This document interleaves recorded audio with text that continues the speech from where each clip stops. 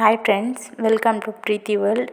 நம்ம சேனலில் first time பார்க்குறவங்க லைக் பண்ணுங்கள், சப்ஸ்கிரைப் பண்ணுங்கள். இந்த வீடியோ உங்களுக்கு பிடிச்சிருந்தா கமெண்ட் பண்ணுங்கள். வாங்க ஃப்ரெண்ட்ஸ், நம்ம வீடியோக்குள்ளே போகலாமா?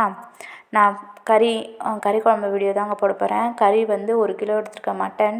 அதுக்கு தேவையான வெங்காயம், தக்காளி எல்லாம் கட் பண்ணி வச்சுருக்கேன்.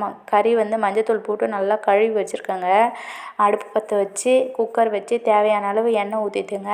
ஸ்பைசஸ்லாம் எடுத்து வச்சிருந்ததெல்லாம் நல்லா எண்ணெய் காஞ்ச பிறகு தாங்க போடணும். நல்லா காஞ்ச பிறகும் போட்டு நல்லா பொரிய விடணுங்க. அந்த ஸ்பைசஸ்லாம் நல்லா பொரிஞ்ச பிறகு தாங்க நம்ம வெங்காயம் சேர்க்கணும். நான் சிறுவாக கட் பண்ணி வச்சுருந்தேன் வெங்காயம் சேர்த்து. வெங்காயம் வந்து ஓரளவுக்கு வதங்க சொல்ல தாங்க எல்லாத்தையும் சேர்ப்பாங்க. நல்லா வதக்கி விடணும். நல்லா இந்த தீ வந்து அதிகமாக இருக்கவே புகழாக போயிட்டுருக்கு. நல்லா வதக்கி விட்ட பிறகும் ஓரளவுக்கு வதங்கின பிறகு தாங்க நான் இஞ்சி பூண்டு பேஸ்ட்டே சேர்த்தேன். இஞ்சி பூண்டு பேஸ்ட் சேர்த்து நல்லா வதக்கினேங்க. நல்லா வதக்கிட்டு நல்லா வதக்கணுங்க. வதக்கிறதுலாங்க இருக்குது. ஓரளவுக்கு வதங்கின பிறகுமே தக்காளி சிறுவாக அரிஞ்சு வச்சுருந்த தக்காளியை சேர்த்துக்கினேங்க. நல்லா தக்காளி வந்து நம்ம போட்டோடனே அந்த தக்காளியில் இருக்கிற தண்ணியெலாம் கொஞ்சம் அப்படியே ரெண்டும் மிக்ஸ் ஆகி நல்லா வதங்குங்க.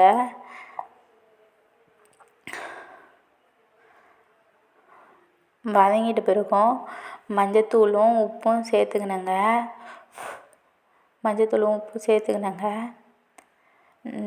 மஞ்சத்தூள் வேணும்னா சேர்த்துக்குங்க, வேணான்னா விட்டுருங்க. நான் மஞ்சத்தூளும் கொஞ்சோண்டு தேவையான அளவு உப்பும் சேர்த்துக்கிட்டேன். நல்லா வதக்கணுங்க. அதுவே நல்லா குழைய வதங்க சொல்ல நல்லா அந்த கறி வந்து தண்ணியோடு இருக்கக்கூடாது, தண்ணி பிழிஞ்சு நல்லா போடணுங்க. தண்ணியோடு போட்டால் அது வந்து தக்காளியில் இருக்கிற தண்ணிலாம் நல்லா குழைய ஆகிடும். ஏற்கனவே இருக்கிற தண்ணியாக சேர்ந்துடும் நிறைய. நம்ம நல்லா பிழிஞ்சு அந்த கறியை நல்லா வாஷ் பண்ணி போடணுங்க. போட்ட பிறகும் நல்லா குழைய இது பண்ணணுங்க. அந்த தக்காளி கூட நல்லா வதக்கி நல்லா வதக்கணுங்க. அந்த தண்ணி அந்த ஆவிரிலேயே அந்த கறி வேகணுங்க. அப்போ தான் பஞ்சு போல் சாஃப்டாக இருக்கும். நல்லா சாஃப்டாக அப்படியே ஒரு மாதிரி இதுவாகிடும். நல்லா வதக்கிட்டு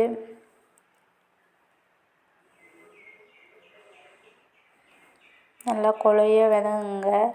அந்த ஆவிரிலே கறி வந்து ரொம்ப இதுவாகிடும். ரொம்ப ஆடாக ஆகிறதுக்குள்ளே நான் மூடி போட்டு வேக வச்சேங்க கொஞ்சோண்டு.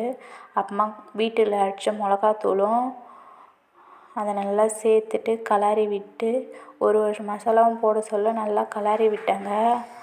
நான் வந்து அந்த வீட்டு மிளகாத்தூள் போட்டோடனே நல்லா கிளறி விட்டு தான் பிரியாணி மசாலாவும் கொஞ்சம் கூட சேர்த்துக்கினேங்க. அந்த ஆவிரிலே அந்த மசாலா போடவே ஆவிரிலே அந்த தண்ணி இருக்கிற இடத்துல அந்த மசாலாவும் அந்த தண்ணியும் கலந்து அப்படியே கொதிக்க ஆரம்பிச்சிச்சுங்க. நான் பிரியாணி மசாலா கொஞ்சம் போட்டு மட்டன் மசாலா கொஞ்சம் போட்டேங்க. அந்த மசாலாலாம் நல்லா கிளறி விட்டு ரொம்ப அப்படியே நல்லா கிளறி விட்டேங்க. நல்லா கிளறி விட்டது அந்த கறி வந்து இப்போவே ஓரளவுக்கு வெந்துச்சு. நான் தேவையான அளவு தண்ணி வச்சு கறி வந்து இளங்கறி தான், அதனால ஒரு 5 விசில் அப்படி விட்டேங்க. அப்போ தான் கறி வந்து ஒரு பஞ்சு போல் வேகும். ஒரு 5 விசில் நல்லா திறந்து இது பண்ணி விட்டு 5 விசில் விட்ட பிறகு தான் எடுத்து பார்த்தேங்க.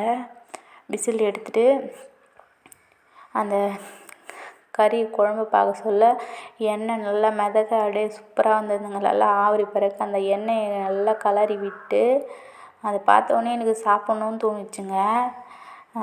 நான் வந்து சூடான சாப்பாடு போட்டு கறி குழம்பு கொஞ்சம் ஊற்றி அப்போவே சாப்பிட்டேங்க. நம்ம சேனலில் இந்த வீடியோ பிடிச்சிருந்தா லைக் பண்ணுங்கள், சப்ஸ்கிரைப் பண்ணுங்கள். Thank you friends.